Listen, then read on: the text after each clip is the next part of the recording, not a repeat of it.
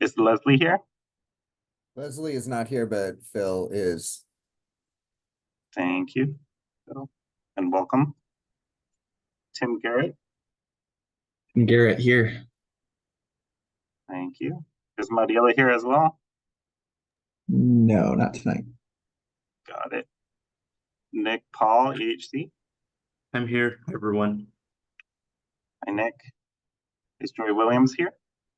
I'm here. Good evening. Good evening, Joy. Martin Reeder, City of National City. Is David Welch here? Not seeing either. Roman Partida Lopez. Hey, y'all. Good afternoon. Good evening. Good evening. Is Safia Haidari here as well? Here. Hi, Sophia. Dr. Stephanie Yoon. Hi, good evening. I'm here. Good evening. Jose Marcus Chavez, Caltrans. I'm here. Hi, Jose. Is Diane Hello. here as well? Hi, this is Brent Berge. I'm replacing Diane. I'm not sure if she's attending tonight, but she's retiring at the end of June. Thank you. Welcome, Brent, and thanks for letting us know. I know Diane sent us an email earlier. Thank you. And Nick Critty is in transit but online, and let us know that he's here. Is Sergio here? Sergio Hernandez?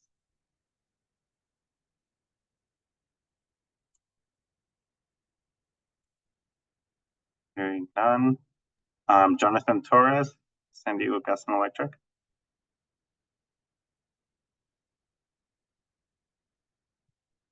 Not here, Jonathan. Is Liana Rios here? Not hearing Liana. Filomena Marino.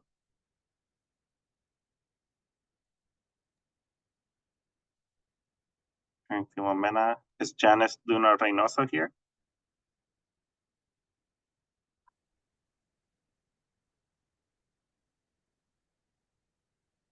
Not hearing Janice. John Alvarado. I am here. Hey, John. Is Hillary Medina here?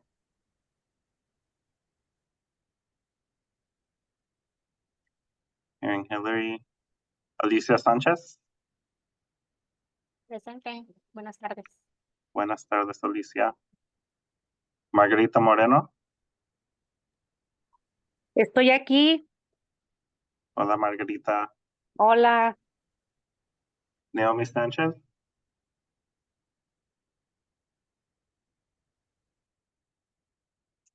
Naomi. Vanessa Contreras. Here. Hey, Vanessa. Is Salvador here? Not hearing Sal. Montserrat Hernandez. Presente. Hola, Montserrat. Hola. Sylvia Gonzalez. Present. Sylvia. Hola. Ashley Valentin Gonzalez. Is Ashley here? Here, I also want to inform you that Naomi Sanchez is a friend of mine and she moved out of California a couple months ago. Got it. Thanks for letting us know.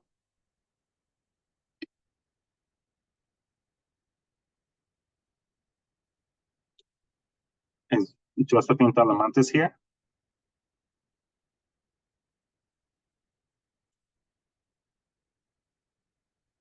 And Josephine.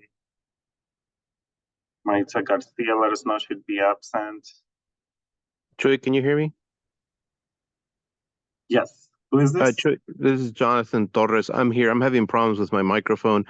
Liana Rios is not here, but I've been trying to let you know that I am here. Oh, got it. Thank you.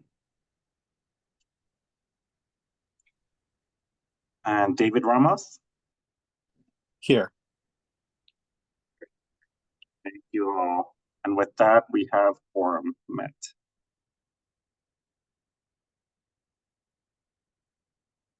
now we can move over to the slides for any Hey general Chewy, updates. this is Lydia. I'm here too as well. Sorry, had a Oh, last no minute worries. invite that I got. Thanks.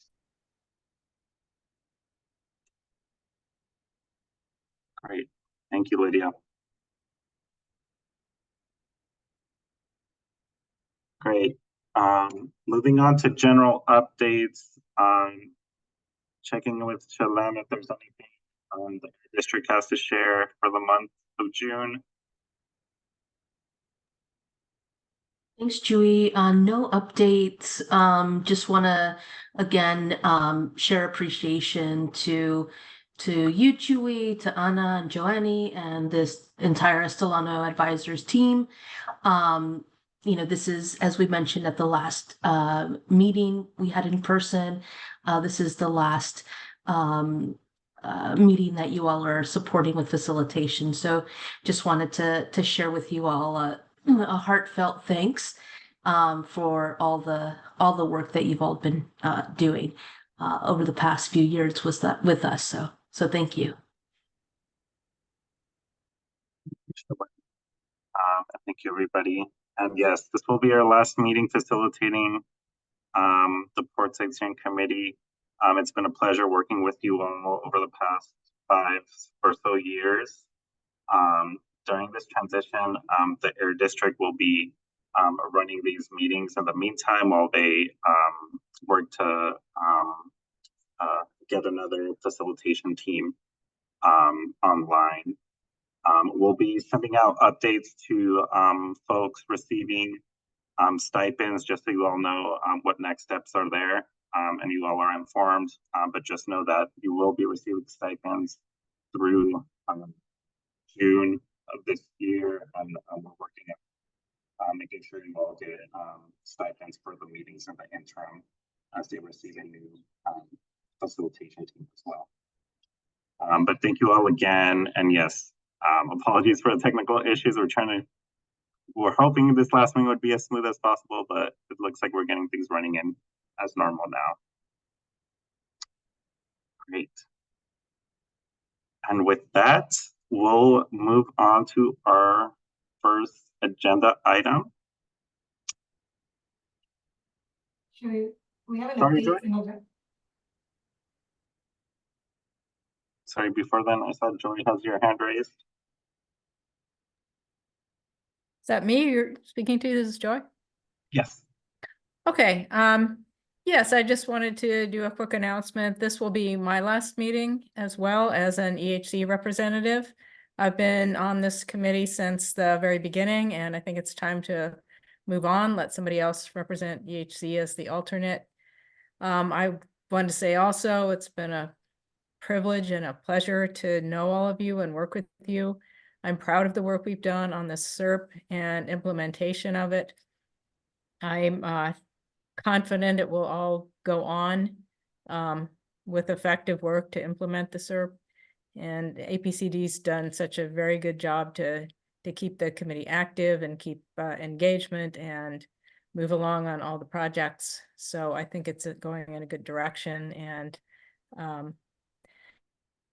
that's it. It's been real fun to be a part of it. So let's have a good meeting, and I'm sure there will be many more. Thank you so much, Joy.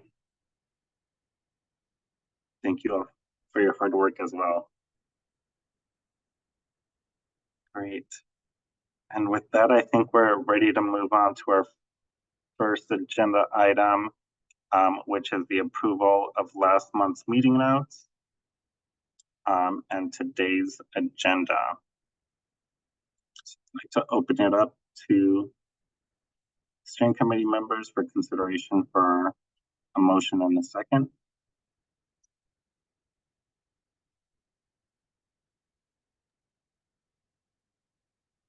A motion. Thank you. Got a motion from John. This is Massey. I'll second. A second from Massey. Great. And we'll go ahead with a vote Anyone opposed to the motion on the floor to approve last month's meeting notes and tonight's agenda? Please raise your hand or let us know.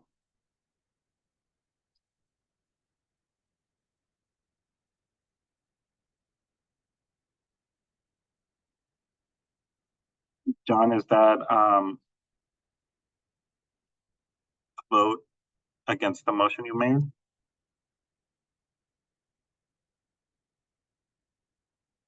You're on mute, John.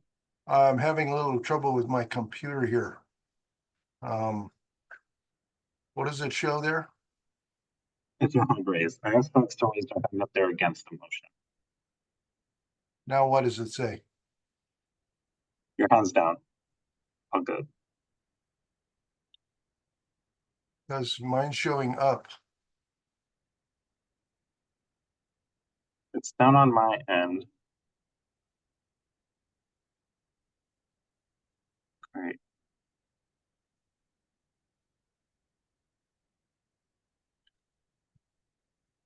Is there anyone else who would like to raise their hand in opposition to the motion? Seeing none, we'll move ahead with approving last month's meeting notes and tonight's agenda. And I'll go ahead and lower your hand, John, since I saw that it's been raised again. That's weird. It's showing, anyway, I approve, so. Thank you. At this time, I'll hand it over to the Air District team to give an update on their air monitoring efforts with a focus on hexavalent chromium. Thank you, Chewy. Good evening, everyone. My name is David Soderman, and I'm the Chief of the Monitoring Division at the Air District. Today, we're going to talk a little bit about the hexavalent chromium that we've been monitoring in and around the community. We can go on to the next slide. So today's presentation, we'll look at kind of the definition of chromium. We'll look at the different forms of chromium. We'll also look at the different sources of chromium, as well as the health effects from hexavalent chromium. We'll then look at the different data analysis that we've performed with the hexavalent chromium that we started measuring in the Portside area at Sherman Elementary School last June. And then we'll also look at, as we always do, reducing chromium effects in the Portside community. Next slide, please. So when we talk about chromium, there's different forms. There's trivalent chromium, sometimes also called chrome +3. This form of chromium is non-toxic, as opposed to hexavalent chromium or hexchrome, or sometimes referred to as chrome 6. This form of chromium, hexavalent chromium, is toxic and carcinogenic. So this is the form that we really need to be concerned about. And what the focus of this presentation is the data from the measurements to quantify hexavalent chromium in the community. And then total chromium is basically the sum of the two different forms of chromium. And we are measuring total chromium as part of our metals program. We did not talk about total chromium at our previous data presentation last quarter, but that is something that we could talk about in future meetings, is the total chromium number. But for today, we're really going to focus on the hexavalent chromium and that measurement. So if we go on to the next slide. What are the sources of hexavalent chromium? Hexavalent chromium is very prevalent in chrome plating. It's also very common in welding. And so why is it common in welding? Well, a lot of welding is done on stainless steel. And stainless steel, depending upon the type of stainless steel or steel in general, contains chromium. And so as you can see in this middle picture here, there are joining two pieces of metal together during a hot process. This generates lots of spark and smoke, and that's how you kind of like volatilize or vaporize metal, the stainless steel or the steel that you're welding together, and that generates basically steel smoke, which contains chromium, and you can form hexavalent chromium during this process. The third picture on here is a big old backhoe digger, and that's kind of to represent kind of just general construction activities, and this really kind of comes from the just kind of wear and tear of the machinery itself. A lot of that stuff is made out of steel, and again, steel contains chromium in various amounts depending upon the type of steel that you have. I think stainless steel can have up to 10 to 18% of by weight is chromium, versus just straight steel, which is probably less than 1%. So different steel components have different amounts of chromium. As you wear that stuff down through just wear and tear on the instrument, you can generate basically steel dust, which contains chromium, and a portion of that is going to be hexavalent chromium. We go on to the next slide. We can then talk about what are the health effects of breathing in hexachrome or hexavalent chromium or chrome 6. This particular metal is very reactive, and as you breathe it in, the first thing it encounters is kind of your mouth, nose, throat, and lungs, and that can develop into respiratory cancer if you breathe in high enough concentrations of hexachrome over your lifetime. This could also aggravate and cause asthma, as well as damage kind of your eyes and your ears and your respiratory tract. So some of the numbers that we want to pay attention to and look at when we're doing the data analysis is the non-cancer risk. And again, this is the concentration at which, if you're exposed to this concentration or lower than this concentration, you should not have immediate health effects. And that number is 8 nanograms per cubic meter. The other number that we need to be concerned about is the cancer risk level. The cancer risk level is the concentration at which, if you're exposed to that level, that average level over your lifetime, you could then have the potential to develop cancer, and that is expressed typically as to the value of 0.08. They call it the unit risk factor. That's the concentration at which you expect or could lead to one cancer out of 1 million people if exposed to over that value over your lifetime. So the number that the two numbers we want to look at when we talk about data is 8 nanograms per cubic meter and 0.08 nanograms per cubic meter. So let's go on to the next slide. So as part of CARB's health risk modeling that they did two years ago, they looked at cancer risk in and out of Portside. And if you remember from that slide, they were talking about 80% of the cancer risk is due to diesel PM. They also had different out of the other 20% or so, different pollutants, and one of those pollutants was hexachrome. So I asked them to provide some more information, some more graphs just due to hexachrome. And so these two pictures here are not something that we saw from 2 years ago during their presentation, but it's from that same effort.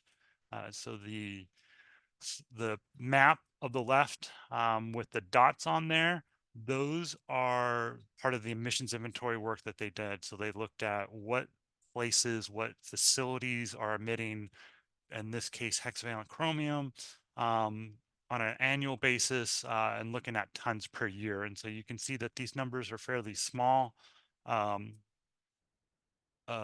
which is good, right? You don't want a lot of hexavalent chromium, but we know that hexavalent chromium is very toxic. So even small emissions per year could add up to a higher risk value. So if we look at the map on the right, now we're going to look at kind of what is the cancer risk due to solely hexavalent chromium in the community. And you can kind of see there that it ranges from, actually, I think it's the map kind of got cut off there.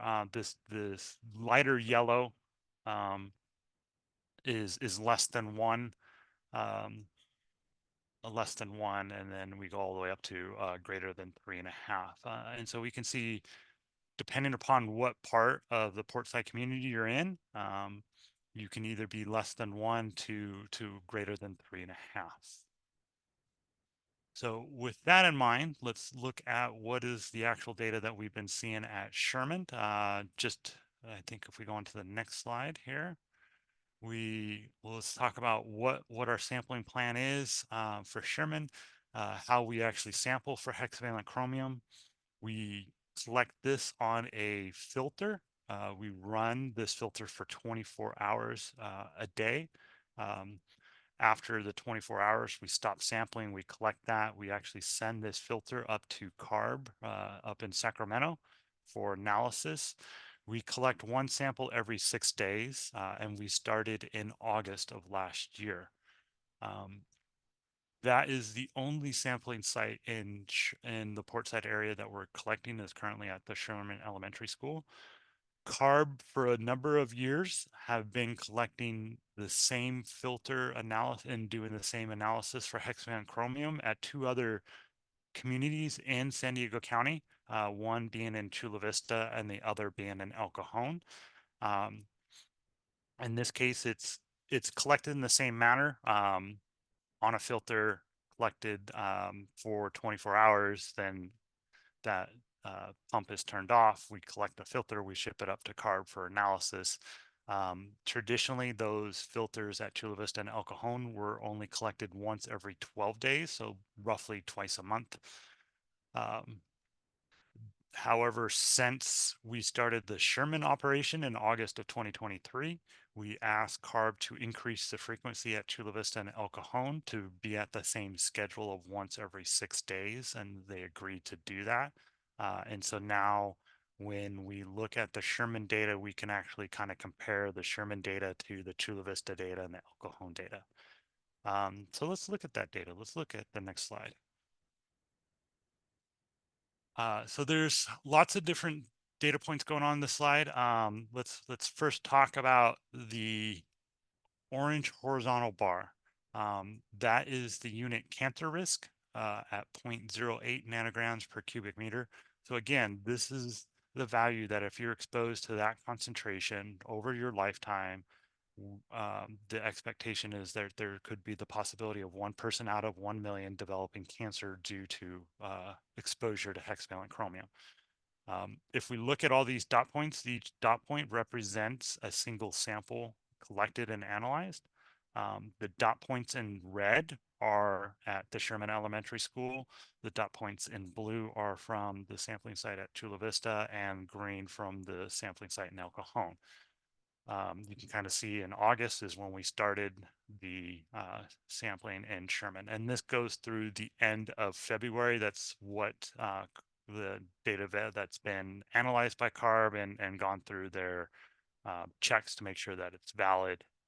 But we do have additional data beyond that, but it hasn't gone through that internal review process. One thing you noticed is that most of the data points and all the data points from Sherman Elementary School are less than the 0.08, which is a good thing. So now let's talk about the kind of that kind of shaded boxes at the bottom. The shaded box data, any data point within those shaded boxes are actually less than what we refer to as the minimum detection limit. And let's just, for the data points, a little bit above 0.04, that's actually 0.043. What that means when CARB does the analysis and they get a number from the instrument, if it's less than 0.043, they cannot, with a level of accuracy and confidence, say, is it there or is it not there? And so that's the kind of the level of if it's above that, we know that that's a real value. If it's below that, we don't really know if it's there or not. And how CARB reports the data is any data point that's in that blue box is reported to EPA as half that detection value, which is why you kind of see that kind of a lot of dot points in those blue boxes always at the same level. So it doesn't mean that that was actually detected at that level, but that's what we report it as. And then during the kind of little dip between August and December, that's actually the minimum detection limit value that CARB determined for Sherman Elementary School. For El Cajon and Chula Vista, it was during that time, it was still at 0.043, but for graphing purposes, I excluded that one because to avoid confusion. So what does this data tell us? This data tells us that one, most of the data point is less than the cancer value threshold of 1 in a million, which is a good thing. It also tells us that the minimum detection limit is very close to the unit cancer risk. Typically, we want to see that number to be further down on the graph, so that way we can kind of get more data points between the minimum detection level and the unit cancer risk. So there's a lot of uncertainty in these values and concentrations. So if we go to the next slide. So we have the 3 sites. We have the kind of average concentration for the time frame of August of 2023 to February 2024 to the end of February. And so this kind of gives us an idea of how does the Portside area and specifically the Sherman Elementary School kind of compare to El Cajon and Chula Vista. And you can see during that time frame that the Sherman Elementary School had the lowest concentration. And if we kind of equate that to the cancer risk. Oh, yeah. Okay. We'll put it. We would then expect, if this was the average concentration over a lifetime, we expect about a half a person per 1 million. So 1 person in about 2 million to potentially develop cancer due to hexavalent chromium exposure, versus El Cajon and Chula Vista, it's a little bit higher. So if we go on to the next slide. So what are we doing to reduce emissions and exposure of hexavalent chromium in the community? So the SERP, there's no specific goals that are really tied to hexavalent chromium, but anything that reduces metal exposure to metals or just PM in general could also reduce exposure to hexavalent chromium. The other 2 things that we're kind of doing outside of the SERP is looking at the welding permitting and inspection. That's an APCD program, which we'll get into on the next slide, as well as some coding rules to phase out the use of hexavalent chromium in coating. And that's a CARB rule that we'll look at in another slide. So if we go on to the next slide, we'll look at what is the welding action that the local air district is doing. So we're evaluating and, if necessary, permitting welding operations. There is I think it's Rule 11 that talks about exceptions of, welding kind of generally falls under that, except for if welding operations pose an elevated health risk, in which case then they have to get a permit.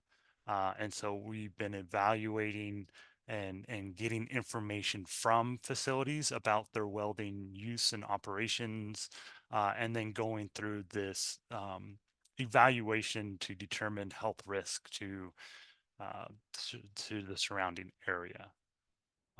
And then more information can be found on the website link kind of on the bottom there. If we go on to the next slide, we can talk about what actions CARB is doing to reduce hexavalent chromium emissions.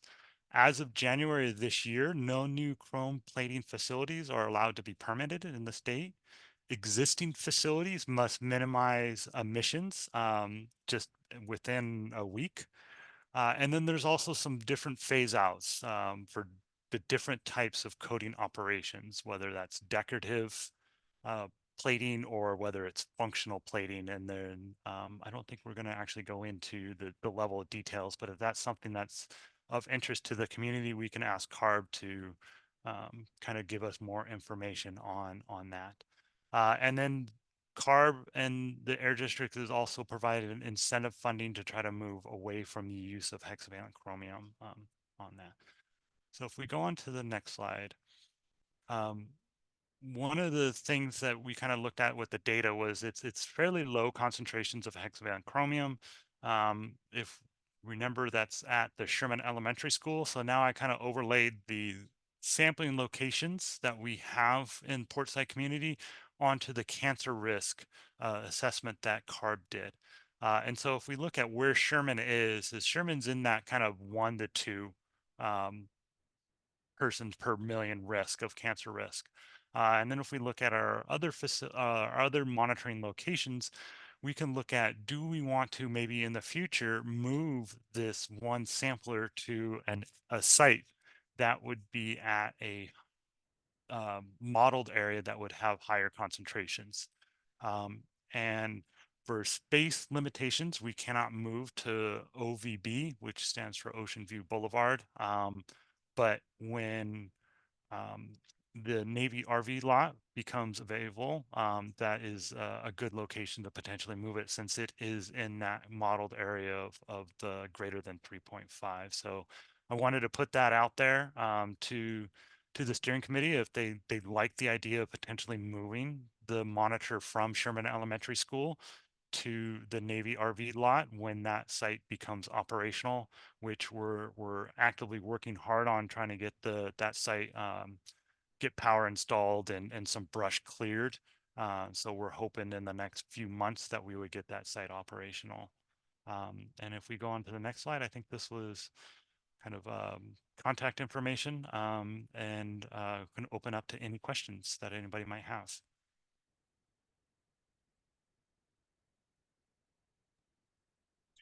Thanks so much, David. If you have any questions, please raise your hand.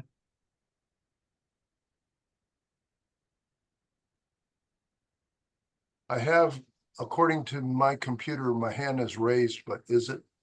It went up and then went down. So go ahead, John. How about now? It is up. Okay. Sheesh. Yeah, my question is this. Okay, now we're looking at levels that that produce cancer. Okay, but there are lots of many other health risks. Okay, and before you get to cancer, and I mean the list is endless. And as in the case of Sherman, Sherman is a little further out, and it, in my opinion, does not truly represent the heart, if you will, of the community as a whole. I think it's important because obviously because there's students there, young students, and but I would really like to see some things going on a little bit closer to the freeway. Quite honestly, I'm literally about 120 feet from Interstate 5 on Logan Avenue. And just recently, I told this story before. The fact is that I have a sleep apnea machine, and these filters, I'm being told by my doctor, okay, John, this will kill you. I just pulled one off after well, it's supposed to be once a week. I've had it 8.5 days, and you cannot believe this filter. Okay, Something was going on, I guess, within that period of time, but this was one of the worst filters I've had to replace. I'm hoping that there is something that I can do on Logan Avenue with my building, because I offer training for young people, and I'm very, very reluctant in terms of health concerns for these folks, young people. And I'm just I'm up in arms. I mean, I can't understand. I mean, we got I understand the cancer risk thing, but gosh, there's so many other factors that ultimately, you know, is not good for health, period. Thank you. Thank you for that comment, John. I see Montserrat with Nick and Sylvia afterwards. Montserrat?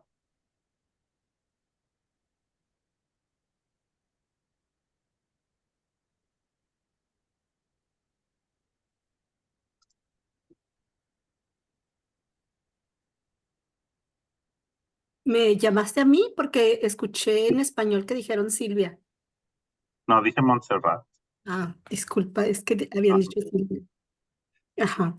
Ok, bueno, yo mi pregunta es que nos dio algunas muestras de las emisiones o lo que emite cromo hexavalente, pero ¿son las únicas o hay alguna otra fuente más que emita cromo hexavalente? No, I understand that the question is if you're asking for if there's other sources besides just the three that that I had on, I think on the first slide. Is that the question correct? Yes. Did I get that? Okay. There are other sources, but those are the primary drivers of hexavalent chromium in the kind of in general. If you take the top three, it's from those.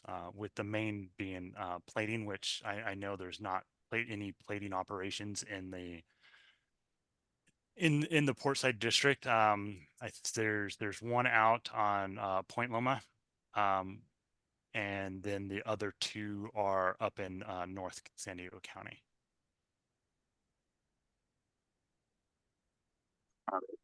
Thanks, David. Nicholas? Can you hear me okay? Yes. All right, perfect.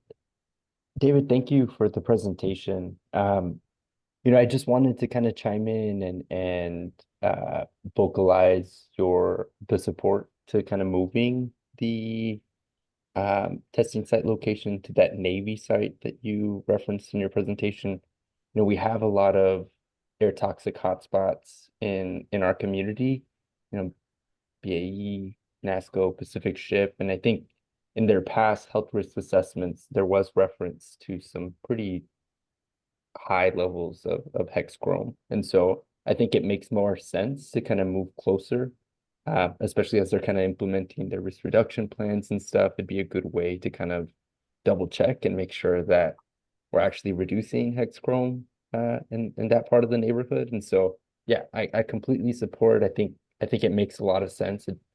It'd be a waste of time to continue monitoring in a location that we know is not the most concentrated parts of the neighborhood where hex chrome is around. And so, yeah, I support changing the location. Okay, thank you. Nicholas. Sylvia? Thank you very much for your information. It was very educational on my end, learning a lot. In regards to the change of location, that would be my next, I guess, question, or find a way and identify what would be the best area to analyze and research. And from the both that you provided, it does make more sense based on our focus on analyzing and research on the Portside area. In regards to the Navy, like Nick mentioned, it makes more sense to identify any changes or any pollution that's been taking place there, and focusing more on that specific area and analyzing where can we learn from this area and hopefully find some solutions to that. If you can identify or maybe compare if there are any other locations besides these other two, and figure out best way to decide what would be the best area or location within the Portside program. Right. That would be a great, I guess we just want to make sure that what we have at this point focus on the area that we're very concerned of in regards to our health that's taking place. There's so much, so we gotta refocus and find a way to really use our resources as best possible. But thank you so much, David. Like I said, very educational, and I'm looking forward to learning more and assisting whatever we can do from our end as well. So thank you. Thank you. Great. Thank you, everybody. Thank you, David. I think with that, we'll go ahead to our next presentation. And again, if folks have any questions, feel free to reach out to David, Domingo, and Kevin around air monitoring efforts in the Portside community. Can I make a comment? Yes, John? If you can make it quick, that'd be great. Yes. Directly across the street from me is an area that would be a wonderful spot for a air testing. And if we could do something like that, that puts you right in the heart of our community. And I think this would be an excellent place for that. And it not only takes essentially from the water's edge to Interstate 5, but it also includes Interstate 5. And I would love to be contacted in regards to that. And please, I don't know who, but please get a hold of me. Thank you. John. Great. At this time, we'll move on to our next agenda item, which is a pre-recorded presentation on the proposed updated rule on, I don't want to mispronounce it, but It's existing rule 69.6 about natural gas fired fan type furnaces, which the presentation will be more in detail. Chewy, is it okay if I provide a little bit of background in terms of why it's being presented here? Good evening, everyone. So this item actually that you'll get to see the presentation for is actually listed in the Portside Community Emission Reduction Program, CERT, on page 203 towards the bottom. I'm going to put the link here in the chat box in case anyone is curious to see where it is listed in the CERP itself. And I'll also put in the chat box as well the actual text that mentions this particular item, if I'm able to. I'll probably do that while we get the video going. But essentially, this particular issue is listed in the CERP as another opportunity to reduce emissions, not only within the Portside area, but also region-wide as well. The video is going to get into a bit more detail in terms of what the updated rule could do. And then after the video, I'm going to share with you some opportunities for you all to, one, provide feedback and questions during this meeting. I'm probably most definitely don't have all the answers to your question, but I do see Nick on our rule development team here this evening, and also Kathy as well, maybe be able to answer some questions tonight. But also, you know, we could certainly record feedback that we can share back with the rule development team as well. So I'll share some of that information, provide opportunity for question and answer after the video. So with that, I'm going to actually turn it over to Chewy and Joanne to show the video, and then we'll chat more after then.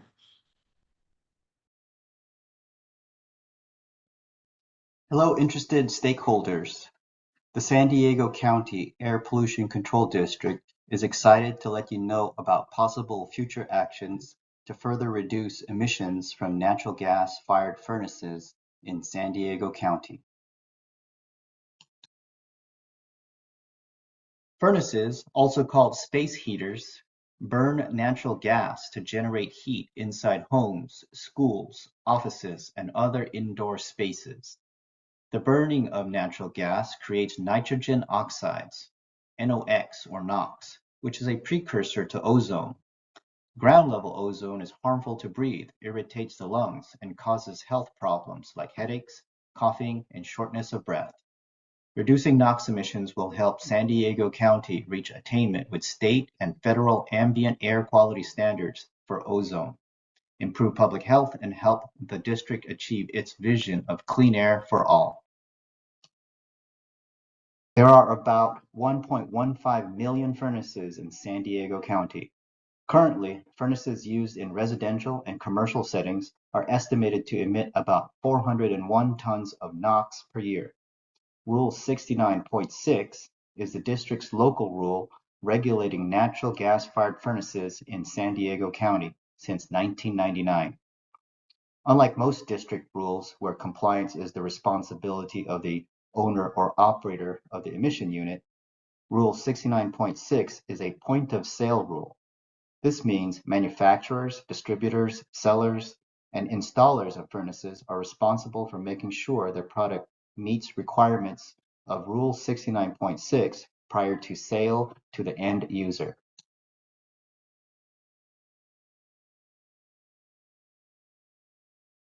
To support commitments included in the 2022 Regional Air Quality Strategy for Ozone, as well as Action C3 in the Portside Community Emissions Reduction Plan to evaluate existing rules and consider new rules, the district is now considering amending Rule 69.6 to further control NOx emissions from furnaces.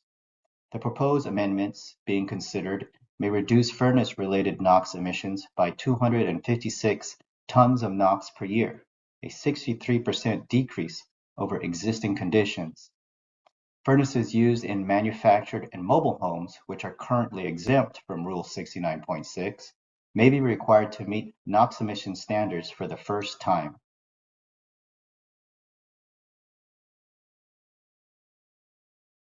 Existing furnaces in San Diego County, except those in mobile and manufactured homes, must currently meet a standard of 40 nanograms NOx per joule.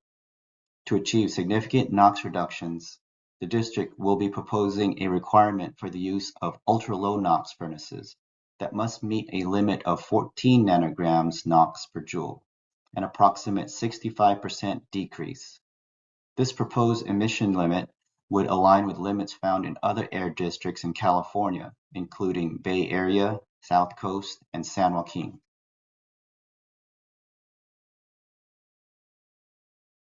Furnaces in mobile and manufactured homes are currently exempt and not required to meet any emission standard.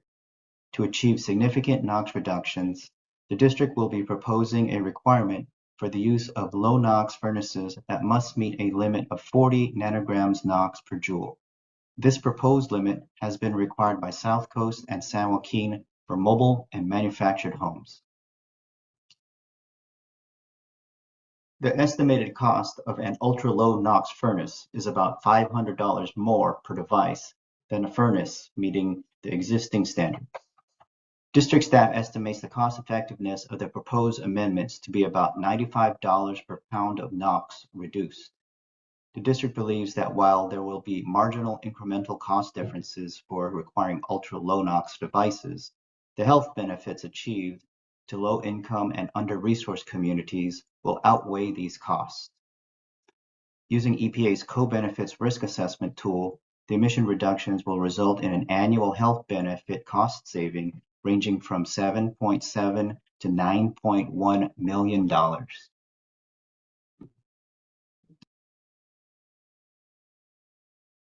The district tentatively plans to take the proposed amendments to Rule 69.6 to our governing board in November of this year.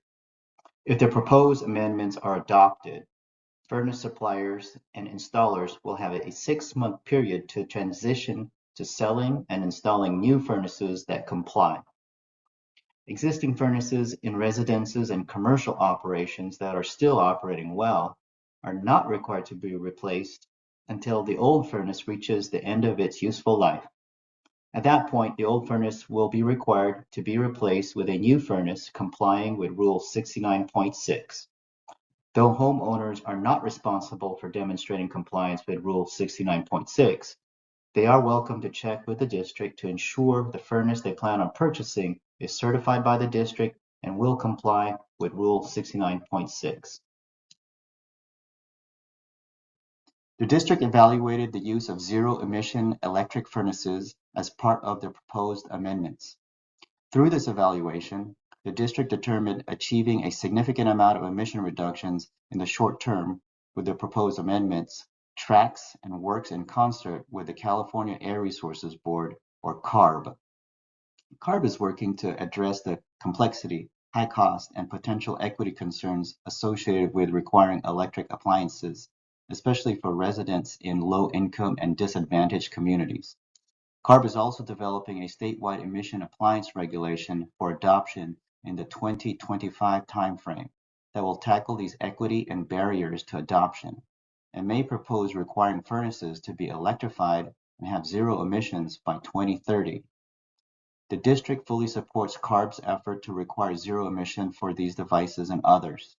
The district plans to align our respective rules with CARB requirements once they are adopted in the future. In the meantime, the district's proposed amendments to Rule 69.6 are an expedient way to significantly reduce NOx emissions in the short term to improve public health, and a natural step to ultimately transition San Diego County to zero-emitting furnaces.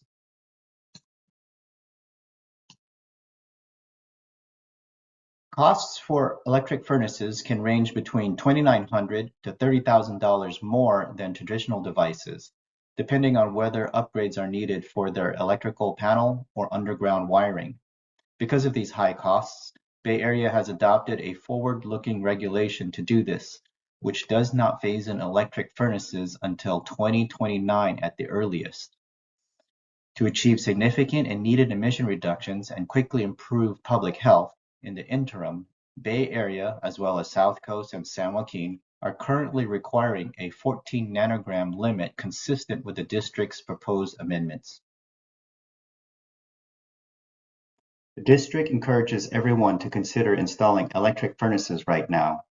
Currently, there are incentives like the Inflation Reduction Act and the Tech Clean California rebates that can assist with purchasing a new electric furnace. Combined, both of these rebates can provide up to $3,000 in savings. The district has been participating in CARB's, Bay Area's, and South Coast's zero-emission work groups to ensure San Diego County is ready to hit the ground running when the statewide zero-emission regulations are put into place. The district will be convening a virtual public workshop on June 18 at 2 o'clock to 3:30 p.m. to further discuss the proposed amendments to Rule 69.6. We invite interested stakeholders and the public to attend and share your feedback. So that's if you have a time machine, but since we're here, you all can provide also questions and feedback that you may have this evening. In terms of next steps as well, comments are due to the district by July 2nd. So there's still an opportunity tonight and then also after tonight to continue to provide comments and feedback to the district regarding the proposed rule update. I'm going to put in the chat box where you'd be able to find more information. And then I see Anna just put in the chat box where you can actually see this particular video, but where you can find more information about this proposed rule update, when the comments are due, and then who specifically at the Air District that you can direct comments, questions, feedback to, who is Archie de la de la Cruz. There's his email address and also his phone number as well.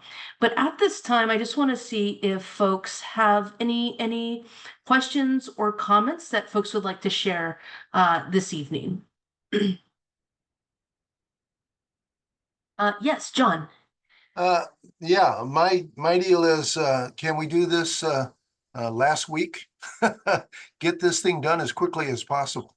And, you know, if there are programs that are out there, we need to know about them. And especially in our community, we have lots of people who are some of the hardest workers in the world, but not terribly, if you will, educated in terms of contacting organizations and whatnot, and filling out documentation that they know nothing about. You know, I would really hope that you guys reach out to me. You know, I have a lot of people that I work with. Yeah, no, thank you so much, John. And I'll definitely follow up with our rule development team. They did talk about several incentive programs at the moment at the federal level, to see if we can find a link to that and send it your way. Please. Yeah. Any other questions or comments?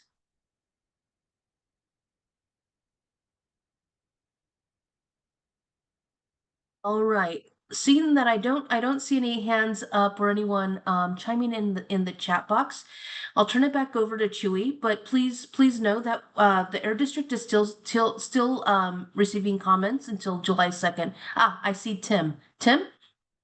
Hi, thank you. Just a quick question. Since this is mentioned in the SERP, this proposed amendment or potential amendment to the rule, is this tied to one of the action items in the SERP that like the CSC would be supporting potential rule amendments? So has this already kind of been like you know, part of like the position of the CSC to advocate for rule amendments or anything like that, or is that kind of like an open question still? Yeah, that's a really great question, Tim. Where it's located in the SERP is not necessarily under a specific action in the SERP.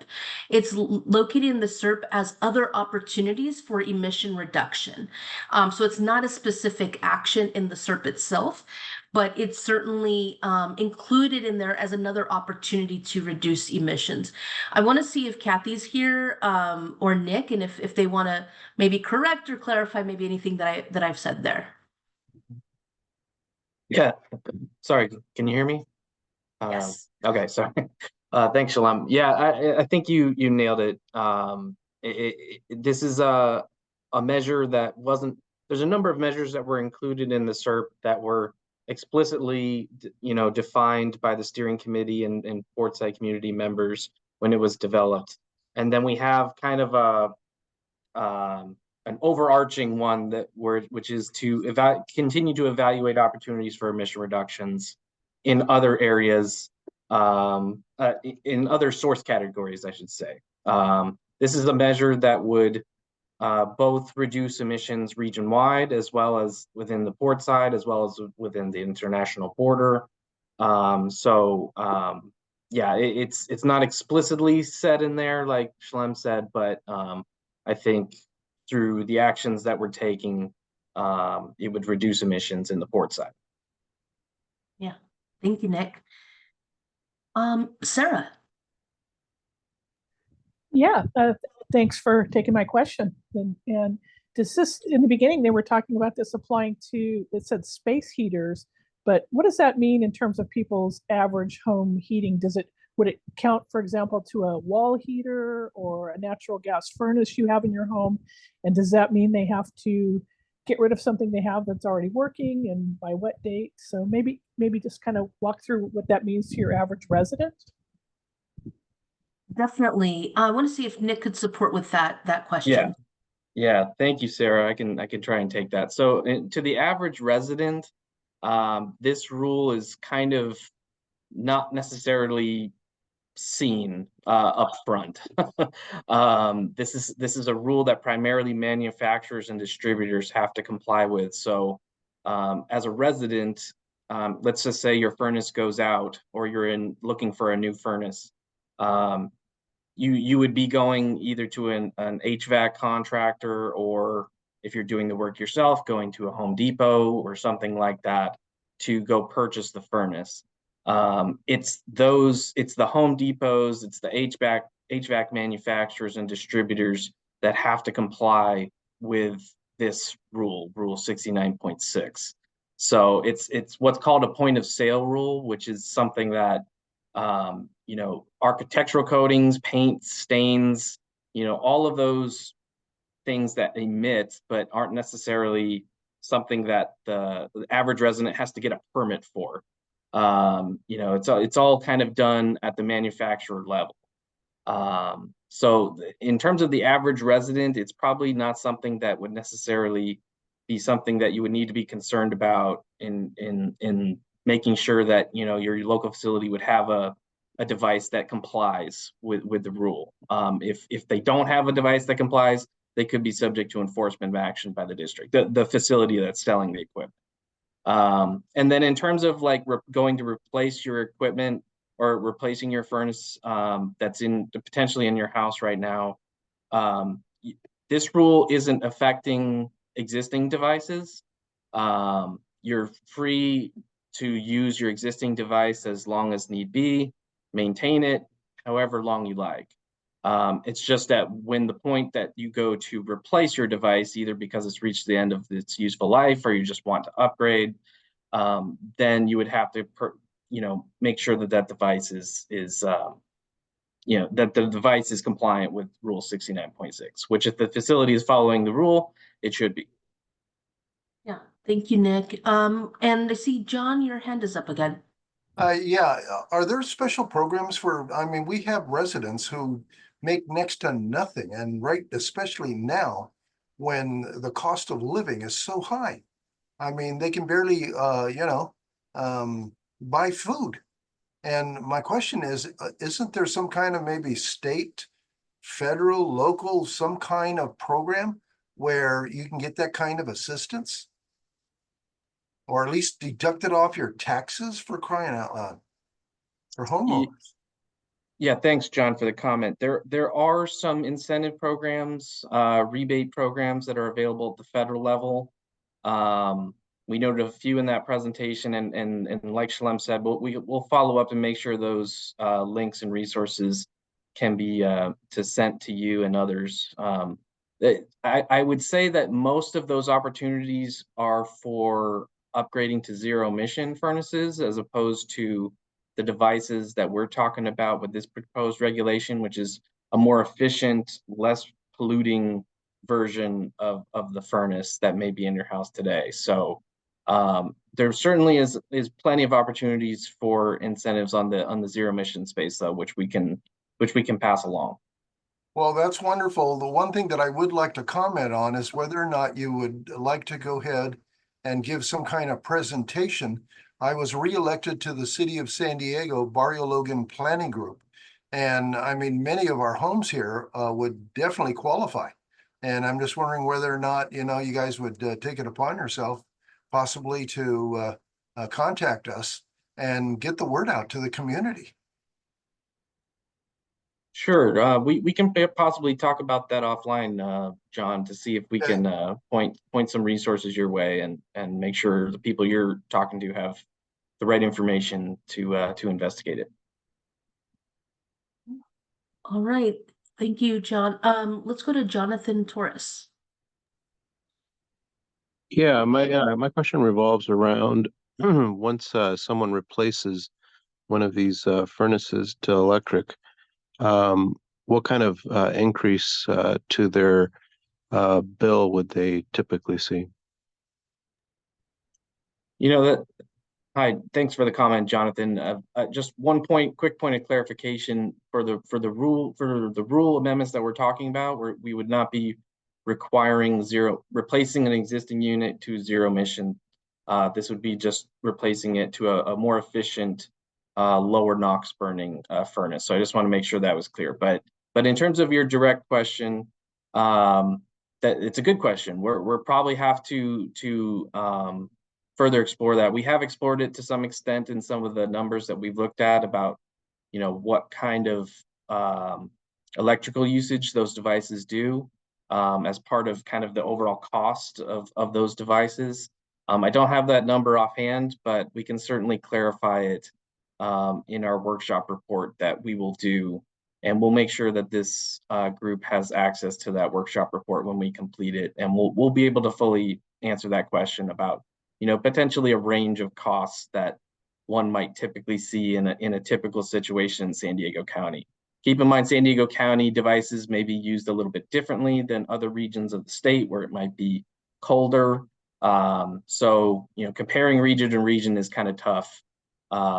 So we will attempt to try and do that and provide some feedback for San Diego cases. Thank you, Nick. And thank you all for your questions and your comments. We'll certainly follow up with some links and information, further information. However, you can find the existing information in the link that I shared in the comment box or the chat box. So at this time, I'm going to go ahead and turn it back over to Chewy and Anna for the next item on the agenda. Thanks all. Thanks, Shalem, and thanks, Nick, and everybody. Now we're moving on to our last agenda item for today, which is a presentation from the California Air Resources Board. We'll be providing an update on the statewide Advanced Clean Fleets rule. I'll hand it over to CARB team. Great, thanks, Chewy. This is Craig. Can you hear me? Yes. Oh, wonderful. Yeah, so good evening, everyone. My name is Craig During. I am a manager at the California Air Resources Board. I'll provide an update on the Advanced Clean Fleets regulation. Also, I'm joined by two of my colleagues to help answer any questions you might have. I'll let them introduce themselves when called upon at the end of the presentation.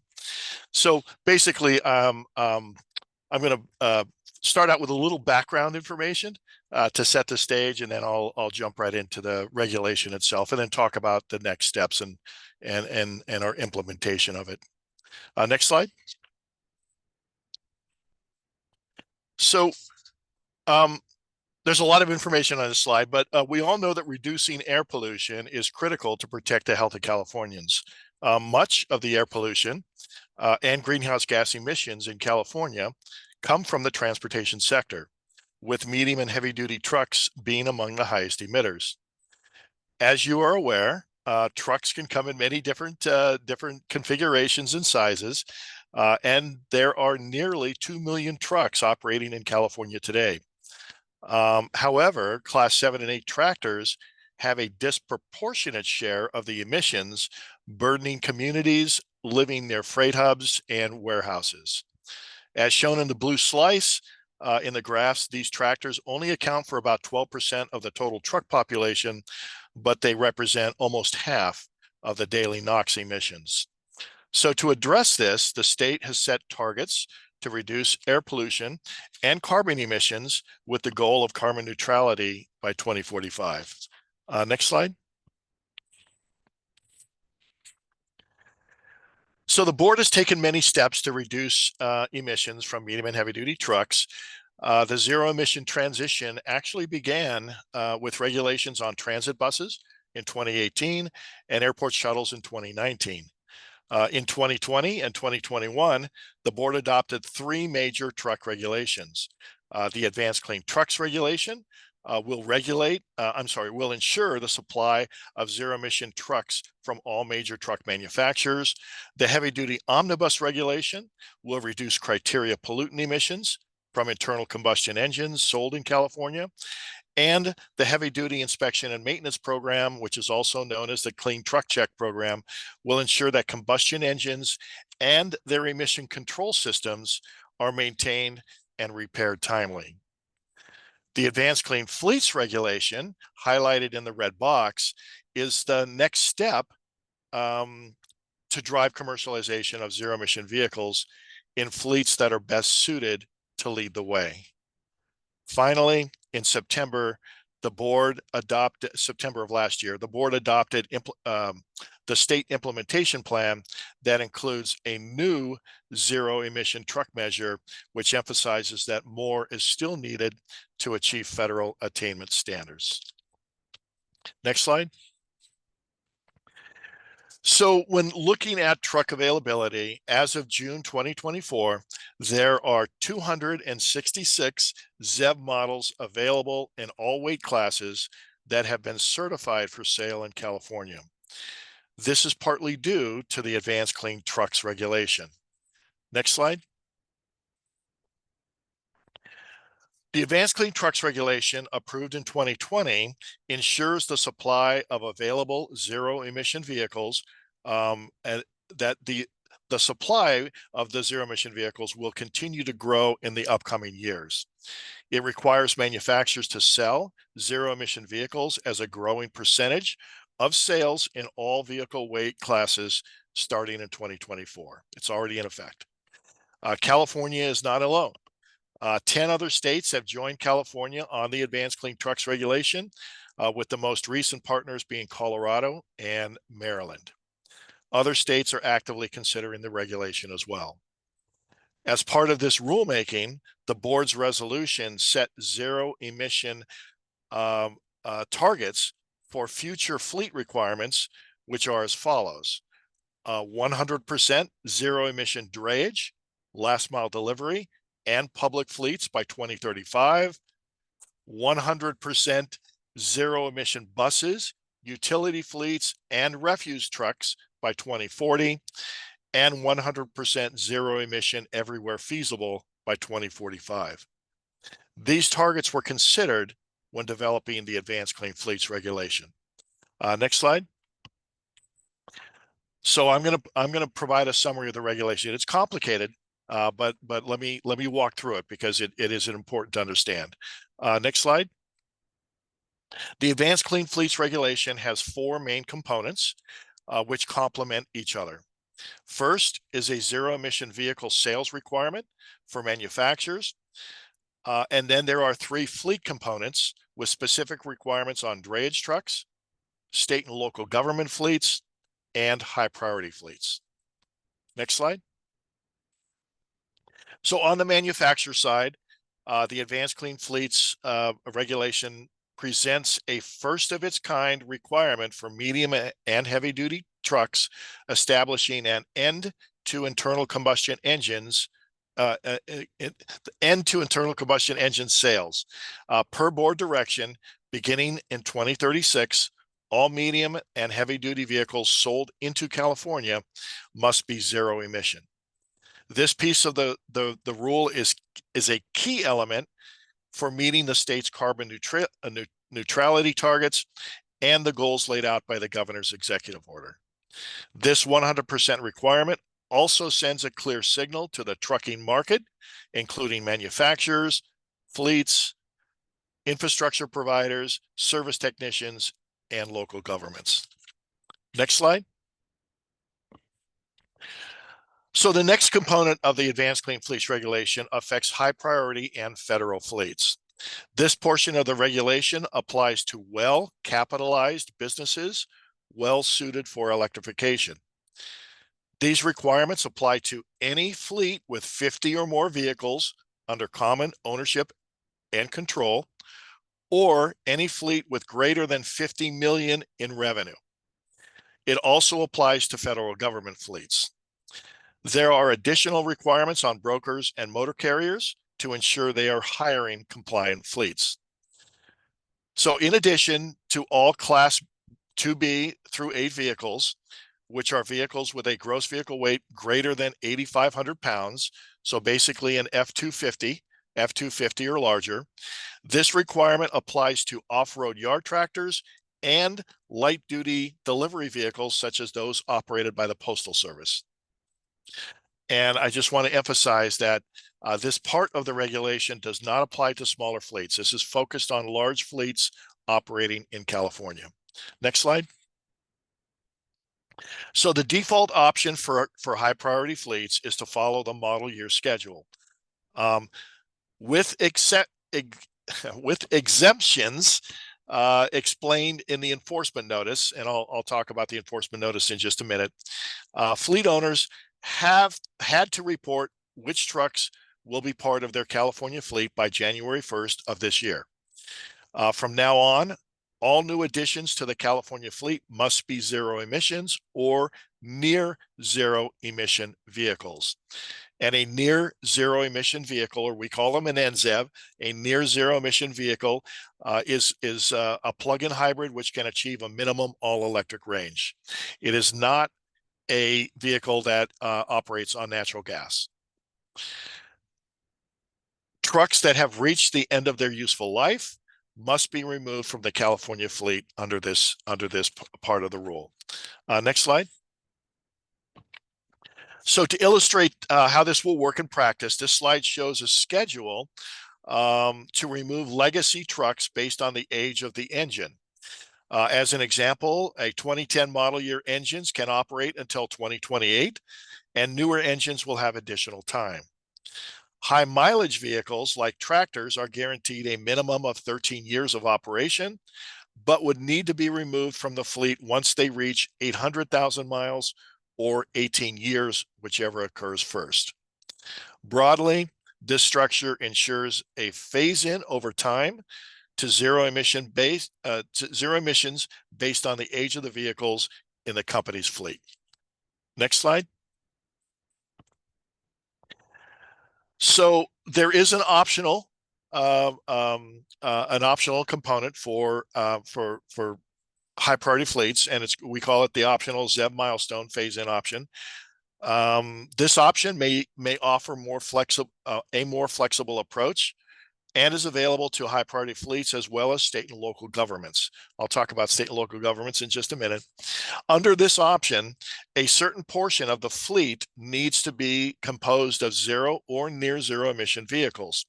As seen in the table, the requirements are more aggressive for well-suited vehicles in Group 1 and delayed for more specialized or longer distance vehicles in Groups 2 and 3. This phase-in happens gradually over the next 2 decades. As long as the fleet, as long as the ZEV milestones are met, fleet owners have considerable flexibility with the rest of their vehicles. Fleets can prioritize which vehicles to electrify and can purchase combustion-powered engines as long as they meet the overall phase-in requirement. They meet these milestones.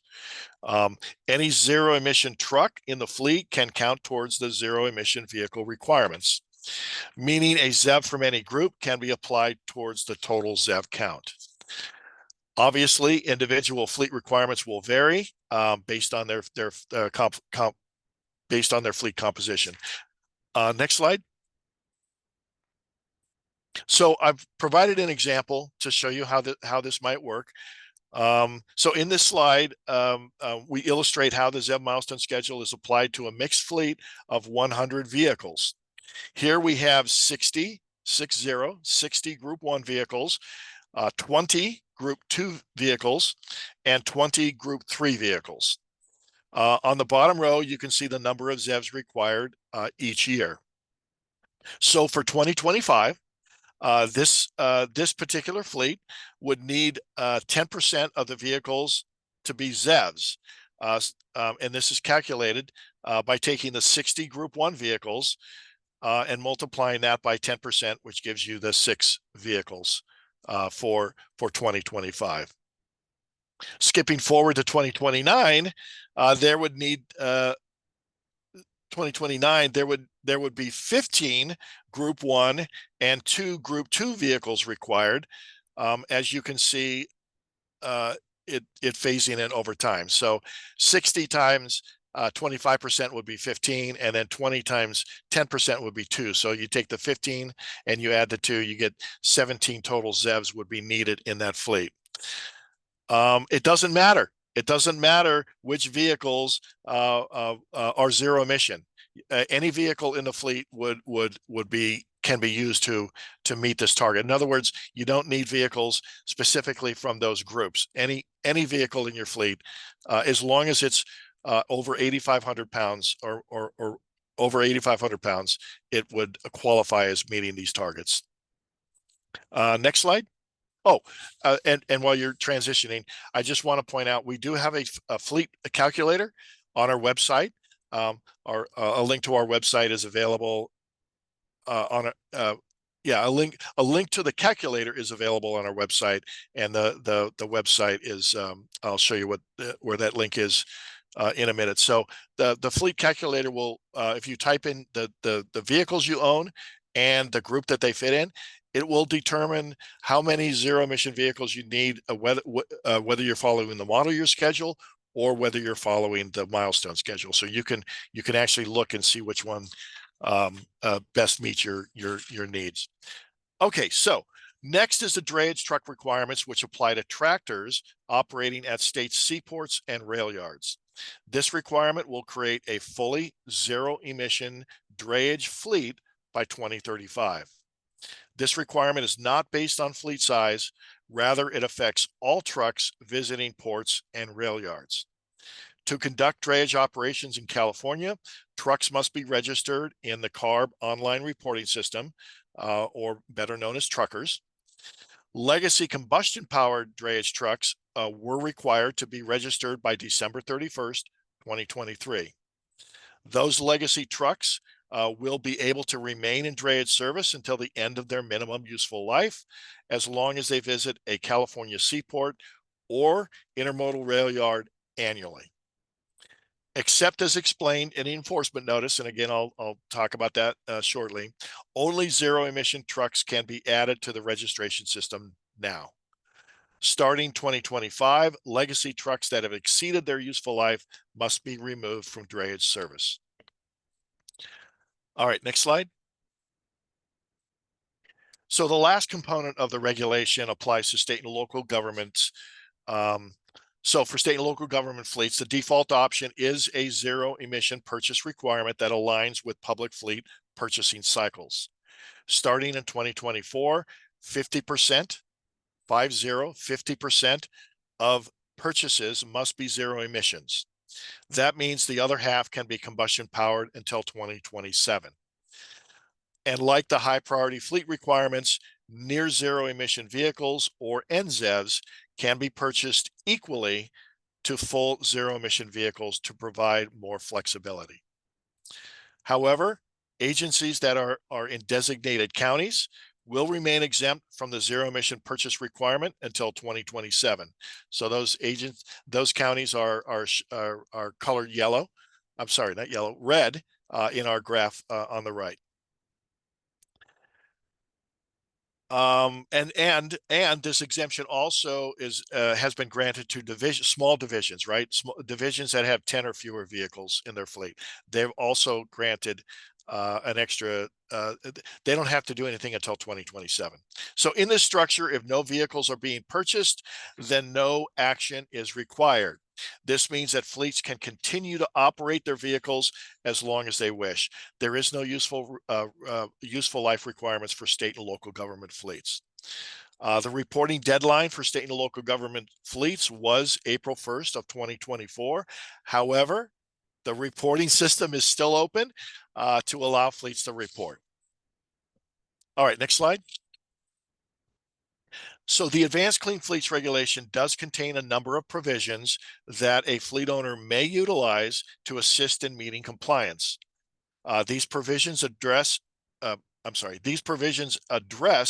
variety of circumstances, including zero emission vehicle availability, vehicles operated for less than 1,000 miles per year, delays in infrastructure, vehicles involved in accidents, vehicles under mutual aid agreements, zero emission vehicles not meeting daily usage needs, waste and wastewater fleet transition, and more. You can see that there's quite an extensive list here. More detailed information on these provisions and how to qualify for them are available via fact sheets on our website. Next slide. So in summary, the regulation is phased in over the course of the next 2 decades, and all combustion-powered vehicles are guaranteed their full useful life. This transition will not happen overnight. Both public fleets and high-priority fleets can use the ZEV milestone option and have the flexibility to purchase near zero emission vehicles with an all-electric range. Lastly, the regulation includes numerous provisions to ensure the fleet owner would not be out of compliance for situations outside of the fleet's control. They include vehicle delivery delays, infrastructure delays, accidents, and other unforeseen events. Likewise, the regulation allows for the purchase of combustion-powered vehicles if a zero-emission vehicle is not available or it does not meet the fleet's duty cycle needs. And then finally, the truckers reporting system is open and accepting fleet information for all fleets that are affected by this rule. All right, next slide. So I mentioned that the enforcement notice here it is. On December 28th of last year, CARB released an enforcement notice regarding the Advanced Clean Fleets regulation. The enforcement notice is posted on our website. The enforcement notice indicates that CARB will not enforce the Advanced Clean Fleets measures until the US EPA grants the preemption waiver or indicates the waiver is unnecessary. During this time, fleets are encouraged to report and comply while awaiting EPA action. Additionally, extensions and exemptions are still being accepted and reviewed. Once the waiver is granted, compliance will be expected. All right, next slide. So I just want to go over some next steps, I'll let you know where we're at in the process. Next slide. So we know that infrastructure is critical to the successful transition of California's fleets to zero-emission technology. The governor recently announced a joint agency statement of intent between California partner agencies. This statement of intent outlines the state's shared approach to ensuring there is enough electricity and hydrogen supply and that there are enough fueling stations to serve the growing zero-emission transportation market. Among our shared principles for coordinating and cooperation are: one, ensuring that equity is a consideration in the decision-making process; two, ensuring there is a robust and frequent communication between agencies, including the sharing of data and analyses where feasible; and then finally, ensuring joint stakeholder engagement and coordination of planning and funding programs. So in addition, we continue to discuss the issues surrounding infrastructure with stakeholders and electric providers. Currently underway is a stakeholder-based truck regulation implementation group, or TRIG. You may have heard that, with infrastructure identified as one of the 4 implementation subcommittees. So we're constantly meeting with stakeholder groups discussing infrastructure and the implications it has. Next slide. So this is our last slide. To wrap things up, all rulemaking documents, fact sheets, frequently asked questions, and so on is available on our website. You will also be able to access information regarding all meetings, even some of our past meetings that have been recorded. A lot of great information is out there. Public workshops, recordings, and other information especially about our TRIG meetings, our Truck Regulation Implementation Group meetings. So for questions regarding ACF specifically, you can email us at zevfleet@arb.ca.gov, or you can call our hotline at the number listed. And for more general information, you can visit our ZEV Truck Stop website to get updates on incentives and funding, as well as up-to-date information on the ZEV truck market itself. And with that, I will turn it back over to the committee, and I'll be able to answer any questions you guys might have. Great. Thank you so much, Craig and team. Sure. If you have any questions or comments, feel free to raise your hand. I'll be sure to call on you.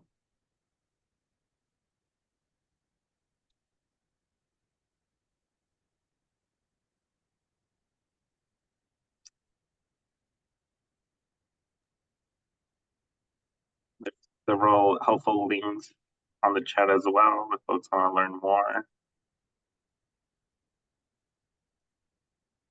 Phil? Hi, Well, thanks for that in-depth presentation, Craig and the gang over at CARB. This is a really good summary of a really complicated regulation all in one place. So thanks for doing that. That was really well done. Sure. And this is more of maybe a question to the group and perhaps APCD, but our goal in the SERP was to try to advance the turnover of vehicles in the Portside community, medium and heavy duty vehicles, ahead of CARB's regulations by 5 years. That's what the goal in the SERP says. And at the port, obviously, we have that same goal for drayage trucks in our maritime clean air strategy as well. We've been doing a lot of work on outreach to our drayage community about zero emission trucks, trying to get folks to adopt them. We've had funding available to them, which unfortunately hasn't been taken yet. We've educated them about the state funding that's available, about the regulations, et cetera. We're hopefully going to be developing a truck stop down here that can serve electric trucks. That'll be a catalyst, we think, for more adoption. So we're doing a lot of work at the port just to kind of cover our side of this. But in the goal in the SERP is broader. It's for vehicles that serve the portside community, medium to heavy duty. So I'll define that, I guess, as Craig did, class 2B all the way through class 8 trucks. Are we doing outreach to those businesses that own these vehicles in the community, and are we notifying them about this regulation and that our goal is 5 years in advance of that? Have we done any of that? Is anybody going door to door on that? And then secondly, and this question is not for you, Craig, this is for our group, because that's our goal. But and then maybe if anybody from APCD could talk about the funding that we've had available and maybe describe some of the recipients of funding for zero emission vehicles, that would be helpful. Thanks for that question. I see Kathy coming on. Thank you, Kathy. Sure. I'll try to address those one at a time. On the question about outreach, I think the port has done a really good job of outreach in coordination with Environmental Health Coalition. I know there was a lot of work earlier this year and last year to try and let particularly the drayage fleets know that these regulations were coming and that there were resources available. We do some outreach, particularly through dealer networks and through our incentive outreach to talk about zero emission fleets, but it's in the context of typically in the context of the incentive programs. I'm gonna circle back to the funding and who has been getting the zero emission truck funding, but I saw Craig is up and I wasn't sure if he wanted to address if CARB was doing the outreach other than being here tonight. Yeah, and I can let you know that we obviously have sent out postcards. We've reached out via email to the fleets that we have information on. We do one-stop events. We do next stop to zero events.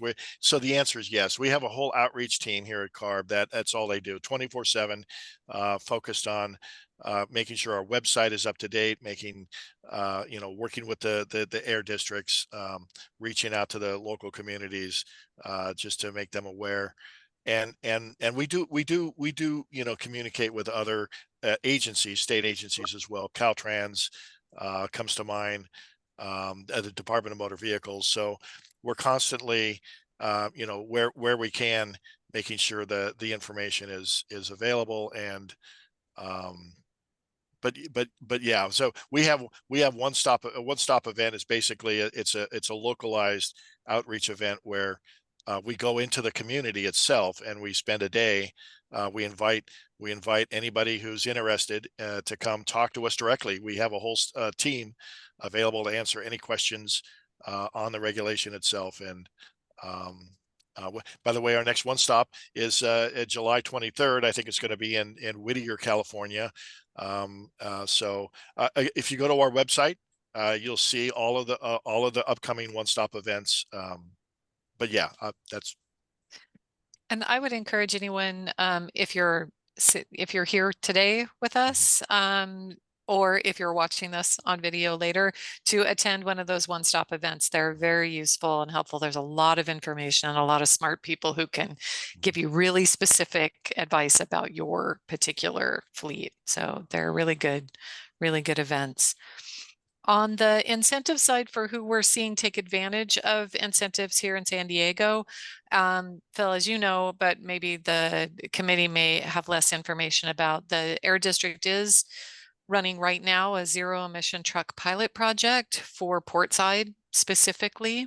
And we have 3 fleets who are taking advantage of that program right now. That's NASCO, Diamond Environmental, and Goodwill, all of whom have applied for and been approved for funding to buy zero emission trucks, class 6 through class 8, who are taking at least 52 trips a year in the Portside community. There's still money available for that program. If there are other fleets who want to take advantage of that, there is still money available in that program. We'd encourage you to reach out to us to do that. It does not require that you scrap your old truck. It's kind of like if those of you are familiar with the HVIP program, the voucher program that the state runs, it's kind of like that, but the vouchers are good, and they're targeted locally.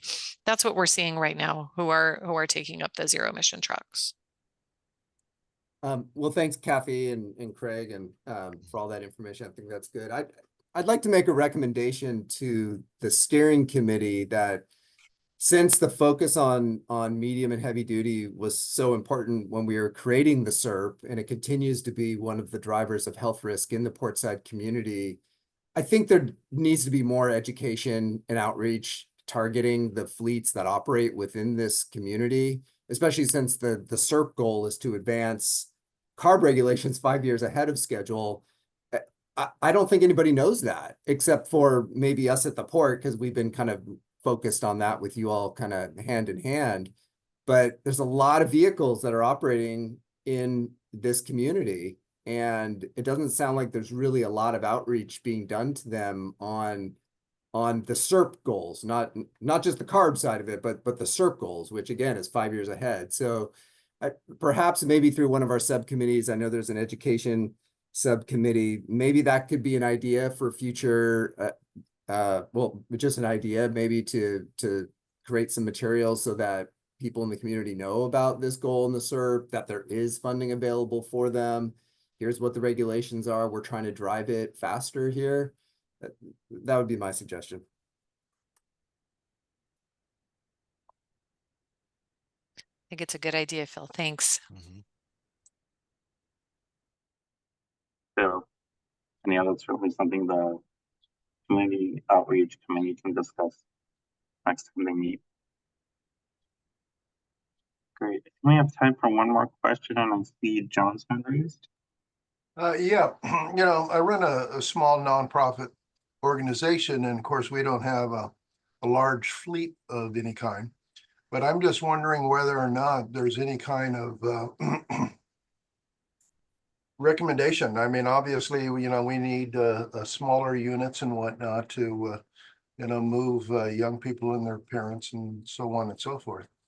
But I'm just wondering if there's anything for us that we could possibly do, or join with some organization or something. You said, I guess Goodwill is partaking, but just wondering whether or not there's anything for us small guys. Yeah, John, the zero emission truck pilot that we're running here in Portside, it's not restricted on fleet size. You could be a large fleet or a small fleet. Everybody is eligible for the same amount of money in the program. So if you're interested, we'd be happy to talk with you about it. Well, please send me the invite, and let's do this sooner than later. And let's make this happen. Sounds good. Health for the community is not just a conversation piece. It's something that's going to save lives. And that's, for me, is the big deal out of all this, saving lives. Thank you.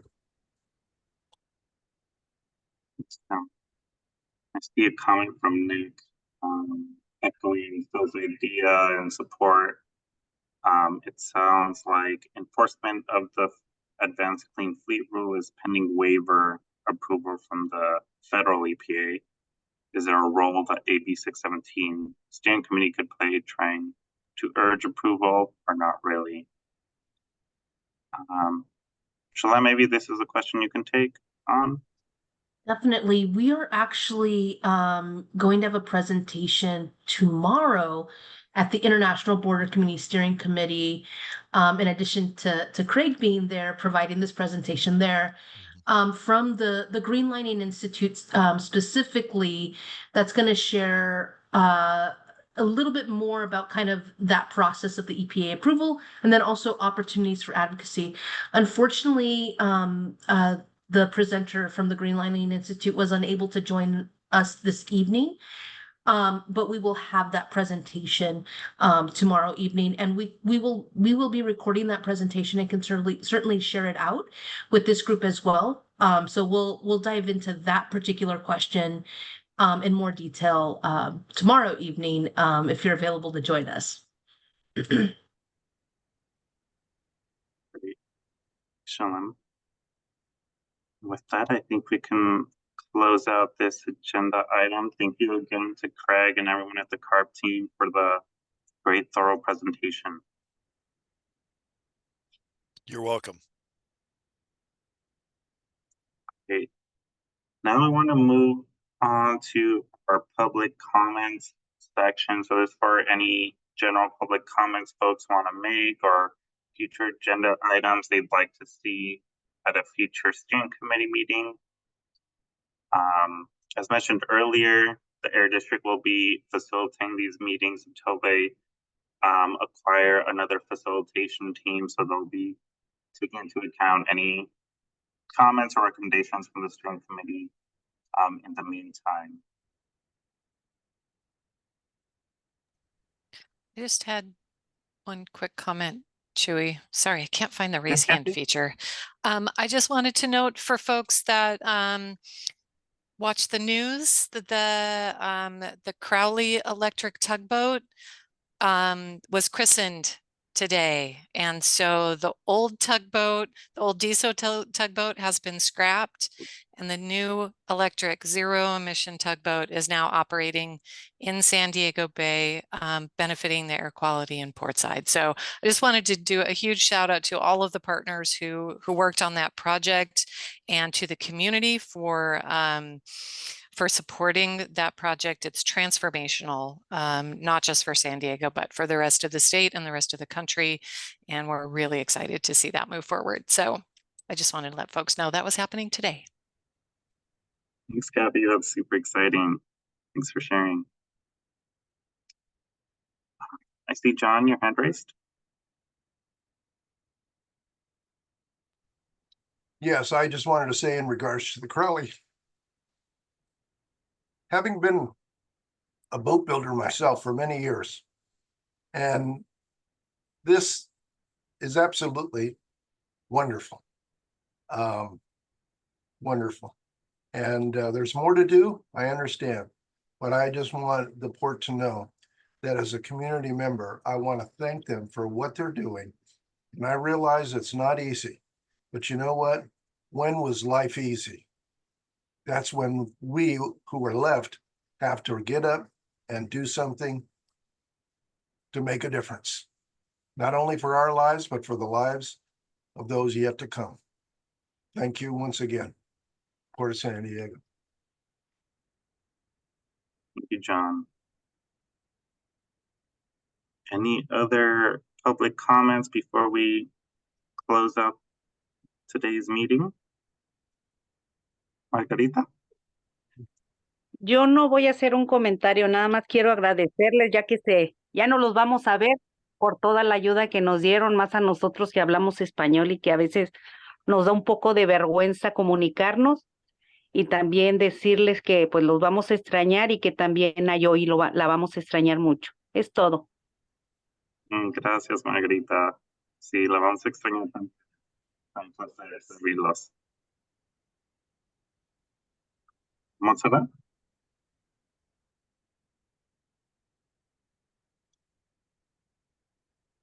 Igual, muchas gracias por todo su apoyo. Estuvimos muy contentos con su trabajo, cómo se cambió la manera en que se llevaban las juntas al principio y luego ya cuando ustedes entraron y nos es más fácil entender los temas. Muchas gracias. Que les vaya muy bien. Gracias, Montserrat. Lo apreciamos mucho. Silvia. Sí, esta vez voy a hablar en español. I'm always speaking in English, but I'm bilingual and sinceramente quiero agradecer al equipo de Estalón Advisors.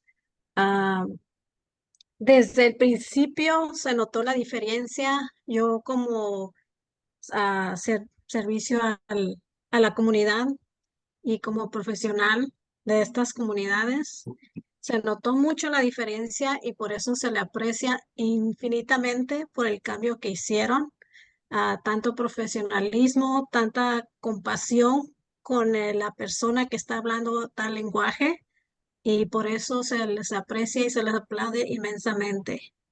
Y también in English, Joy, we definitely are going to miss you. Me personally, I appreciate all your extreme efforts for all that you have done throughout these years, and even during my participation with EHC. I'm incredibly grateful for all you have done, and we definitely will be missing you. I hope we do see you within the communities, but I appreciate incredibly for all your work that you've done. Thank you. Well, thank you, and I'll miss you guys too. Thank you, Sylvia. Alicia.